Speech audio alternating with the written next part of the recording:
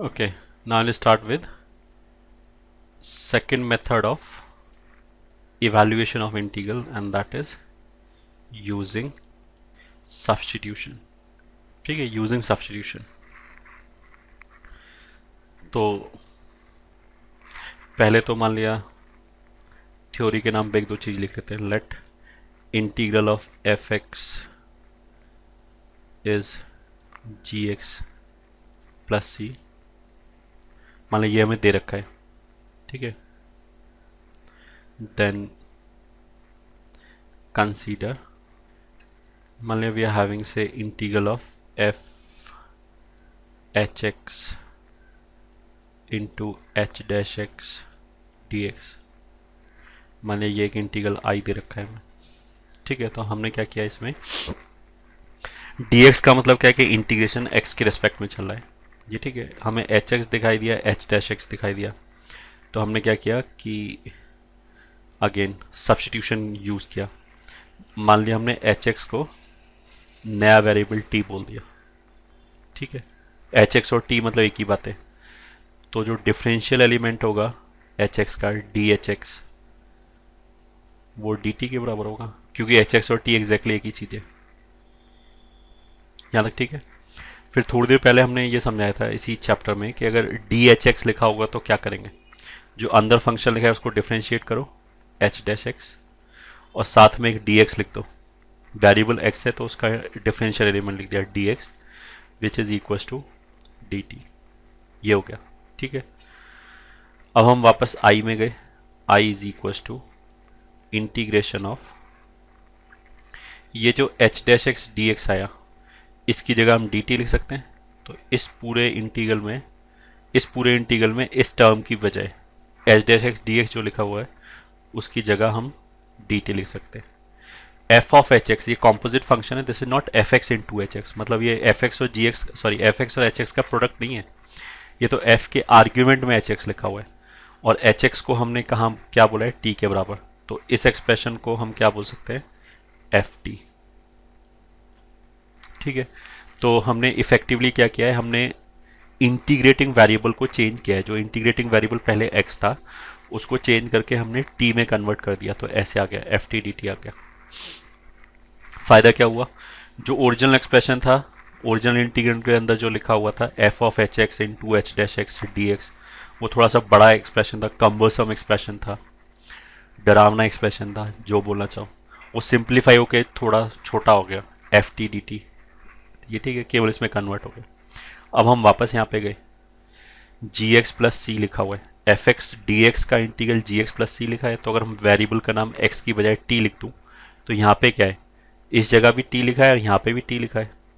तो F T D T भी इसी फॉर्मूले से जी टी हो जाना चाहिए, ये हम पहले डिस्कस कर चुके हैं. तो this is nothing but g T plus c, ठीक है. एंड जी ऑफ टी हमने ओरिजिनली किसको रखा था, एच एक्स को. मतलब हमने इफेक्टिवली क्या किया क्वेश्चन में, पहले तो कुछ सब्स्टिट्यूशन किया. सब्स्टिट्यूशन करके हमारा जो नया इंटीग्रल आया उसको, जो गिवन रिजल्ट है ये वाला जो गिवन रिजल्ट है, इसकी हेल्प से हमने आंसर निकाल लिया G T plus C. But जो हमारा ओरिजिनल इंटीग्रल था उसमें तो वेरिएबल एक्स था, तो जो हमारा आंसर है वो भी एक्स के टर्म्स में आना चाहिए. तो ये जो हमारा आंसर आया टी के टर्म्स में, इसको वापस एक्स में कन्वर्ट किया. कैसे कन्वर्ट किया, वही ये यूज करके टी की जगह वापस एच एक्स लिख दिया. तो इसकी जगह फिर कितना आ गया, एच एक्स प्लस सी, ये आ गया. बस यही सब्स्टिट्यूशन हो गया, ठीक है.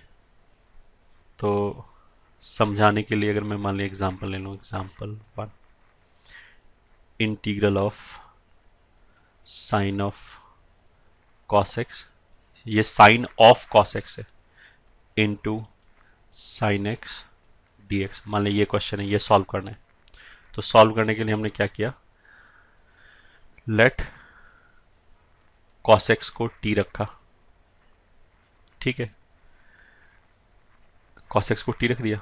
और अच्छा, उसके बाद क्या करो कि दोनों को अलग अलग डिफ्रेंशिएट कर दो. या तो अभी तो वैसे हमने ऐसे किया था कि D cos x D T हो जाएगा, जैसे ऊपर किया था, दोनों तरफ डी डिफरेंशियल एलिमेंट ले लिया.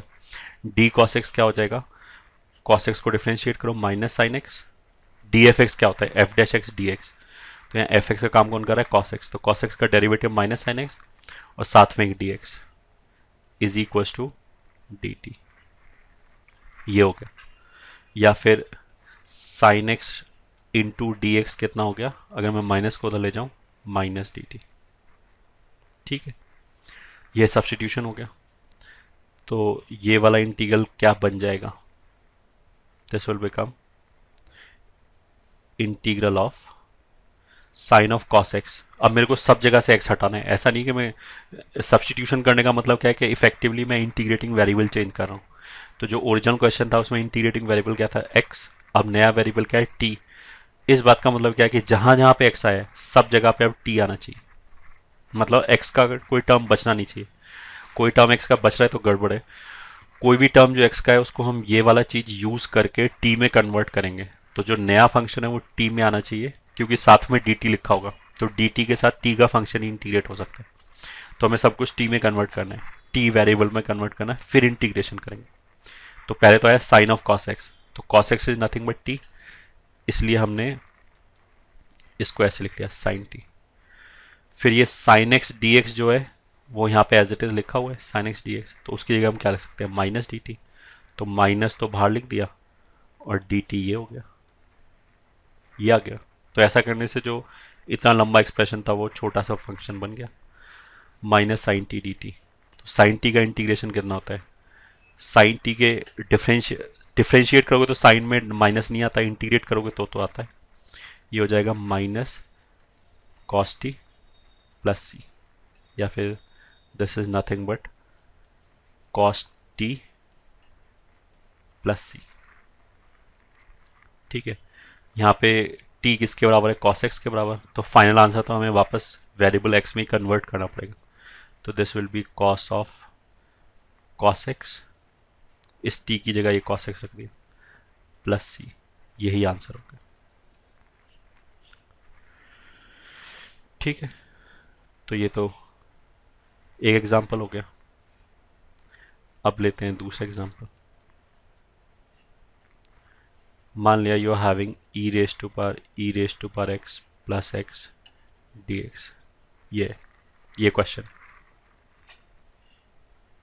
चलो फिर सॉल्व किया तो हमने जैसे e raise to power x plus x है, तो ये e raise to power x और ये एक्स जो है ये तो ऐड कर रखा है, तो हमें पता है कि इसको हम सेपरेट कर सकते हैं ऐसे करके, इस वाली पावर को अलग कर दिया और इस एक्स को अलग कर दिया into E raise to power X, ऐसे लिख सकते हैं जो गिवन क्वेश्चन है। इन दोनों को मिलाओगे तो इस ई का जो पावर है, इस ई का जो पावर है वो ऐड हो जाएगा, तो ऐड होके ये वापस ये आ गया। इसको देख के हमने क्या किया, E raise to power X को टी रखा, ठीक है। तो फिर D E raise to power X क्या हो जाएगा डी टी। अब उसको बार बार डी डी लिखने के बजाय डायरेक्टली क्या क्या करो, इसको डिफ्रेंशिएट करो। ई रेस टू पावर एक्स का डिफ्रेंशिएशन क्या है E raise to power x, साथ में एक डी एक्स लिख दो। फिर टी का डिफ्रेंशिएशन क्या है 1, साथ में एक डी टी लिख दिया। अगर मान लिया टी स्क्वायर होता, इसमें तो नहीं है, अगर मैं सब्सटीट्यूट करता मान लिया टी स्क्वायर, तो टी स्क्वायर का डिफ्रेंशिएशन राइट हैंड साइड पे 2t आता, साथ में dt लिखते, ठीक है। तो ये हो गया। अब इसको यूज किया, जो गिवन क्वेश्चन है उसको हम ऐसे लिख सकते हैं into E raise to power x into D x, ये चीज यूज करके।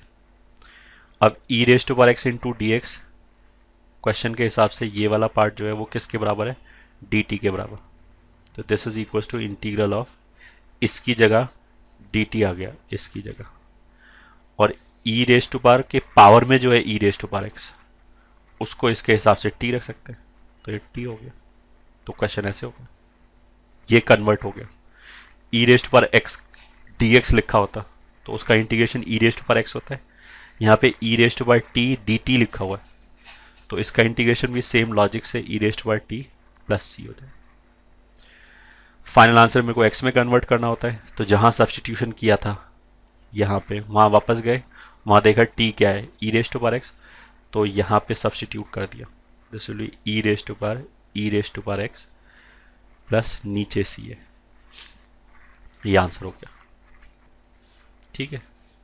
ये हमारा हो गया सेकंड क्वेश्चन।